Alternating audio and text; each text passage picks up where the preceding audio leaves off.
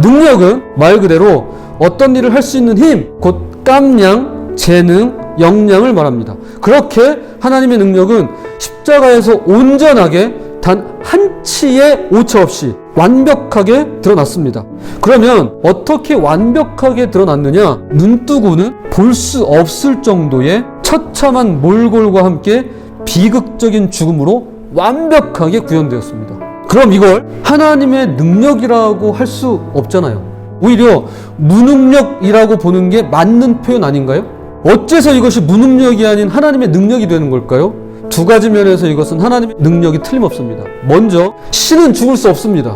신화나 전설에 등장하는 반신반인의 데미갓은 얼마든지 서로 죽이기도 하고 죽기도 합니다. 단 온 우주 만물의 창조주이신 여호와 하나님은 죽을 수 없습니다. 이건 불가능합니다. 무슨 사람이나 동식물도 아니고 죽는 다음에 신이라고 할 수 없겠죠. 그분이 죽으시면 우리는 믿을 필요 없습니다. 그런데 그분이 십자가에서 죽음을 맞이하셨습니다. 어떻게 이러한 죽음이 가능할 수 있을까요?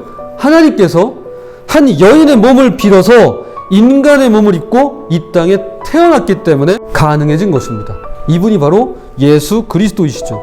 왜 이렇게까지 하면서 하나님은 죽음을 맞이하시는 걸까요? 저와 여러분의 죄값을 대신 지불하기 위해서입니다. 죄는요, 언제나 값이 있습니다. 생명을 담보로 합니다. 죄의 값은 생명으로만 갚을 수 있습니다. 즉, 온 인류의 죄값을 그분의 생명으로 치르신 것입니다. 그러므로 이것은 우리 각자를 죄악에서 거룩함으로, 사망에서 생명으로, 지옥에서 그분의 나라로 옮기시는 하나님의 능력이 되는 것입니다.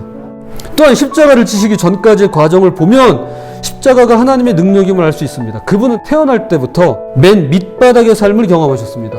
아버지 요셉은요, 목수라고 알려져 있지만 이것은 당시 변변치 못한 직업군 중에 하나였습니다. 또한 예수님은 어려서부터 아버지를 잃고 가장의 삶을 사셔야만 했습니다. 공생애를 시작하면서는 극심한 굶주림도 겪어보셨고 맘 편히 잠들 곳, 머리 둘 곳 없다고 말씀하셨습니다. 그분은 약자, 가난한 자, 소외된 자, 사회적으로 버림받은 자, 사회적으로 고통받는 자들과 함께 어울리셨습니다. 즉 우리 각자가 만나는 인생의 모든 희로애락과 생사고락을 누구보다도 잘 알고 이해하십니다. 왜요? 그분이 직접 겪으셨기 때문에 그럽니다.